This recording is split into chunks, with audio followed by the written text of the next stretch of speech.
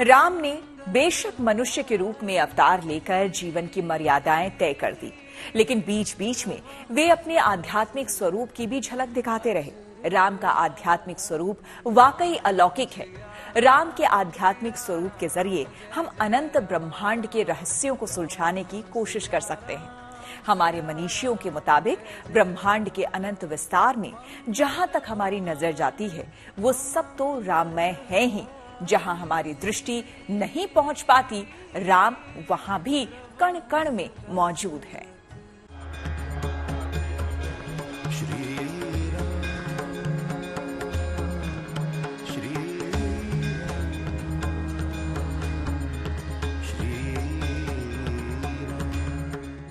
राम के सामाजिक और राजनैतिक आदर्श जीवन मूल्यों और लोक व्यवहार की अगर अनुसरणीय स्थापना करते हैं तो उनका आध्यात्मिक स्वरूप जीवन के असली मकसद का उद्घाटन करता है।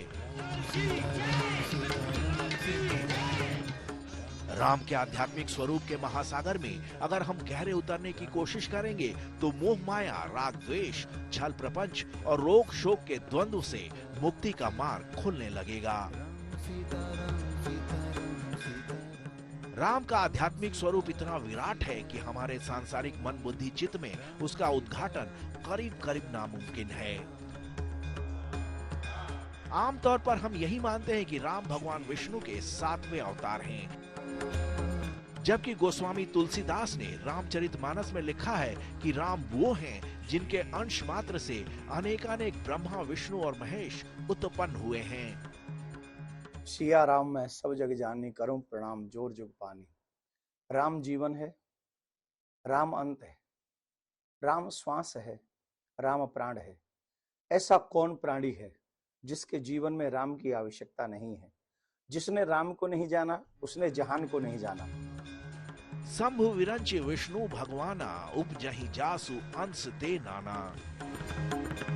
अब सवाल ये है कि जिस राम के अंश मात्र से अनेकानेक ब्रह्मा, विष्णु और महेश उत्पन्न हुए हैं, उस राम का प्राकट्य मनुष्य के रूप में कैसे हो सकता है?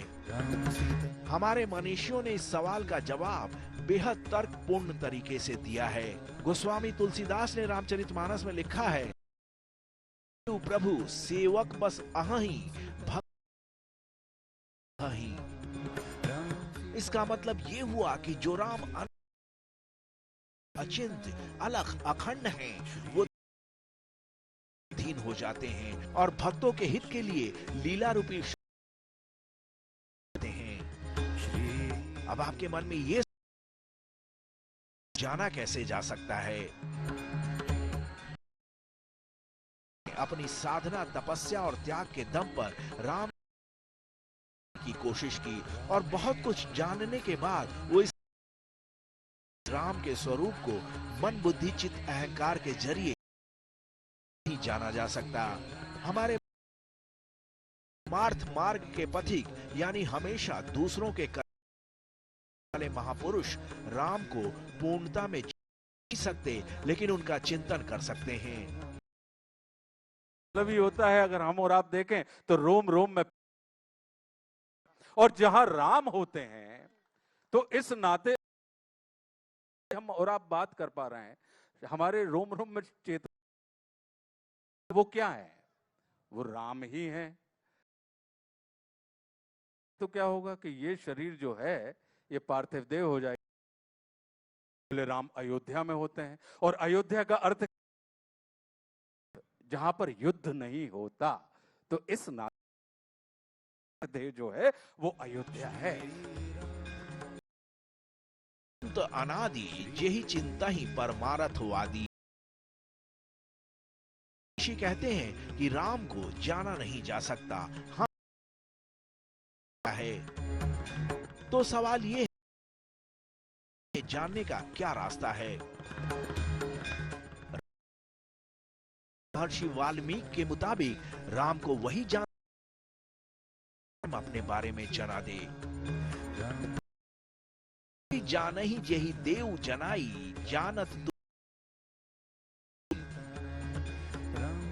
महर्षि वाल्मीकि साफ जान लेगा, वो खुद राममय हो जाएगा। लेकिन जानेगा वही जिसे राम स्वयं जना दे। राम को क्यों नहीं जाना जा सकता, इस बात मुश्किल नहीं है। के मुताबिक हमारे आधुनिक वैज्ञानिकों ने अनंत के बारे में अब तक जो कुछ जाना समझा है वो सब काबिले गौर है कि अब तक के ज्ञान इतनी ही जगह छेकती है जितना इस पृथ्वी पर है। लेकिन राम इस ज्ञात अज्ञात ब्रह्मांड है, बल्कि उसकी ऊर्जा और चेतना के मूल। त्रेता में उसी राम का जब अवतार हुआ तो उन्होंने अपने इस अनंत स्वरूप की हल्की झलक दिखाई है।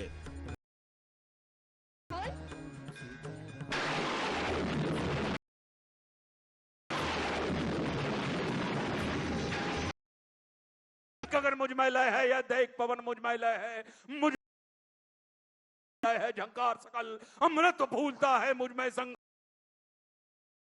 चल मेरा दीप्ति भाल भूमंडल वक्ष स्थल विशाल भुज परधि बल है, मैं नाक में रूपक मेरे है और सब है मेरे मुख के अंदर। त्रिग हो तो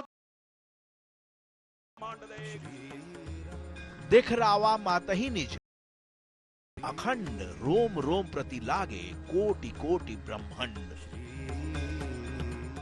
अब जिसके एक एक रोम में करोड़ों ब्रह्मांड का लय हो रहा हो, उस राम को भला कैसे जाना जा सकता है।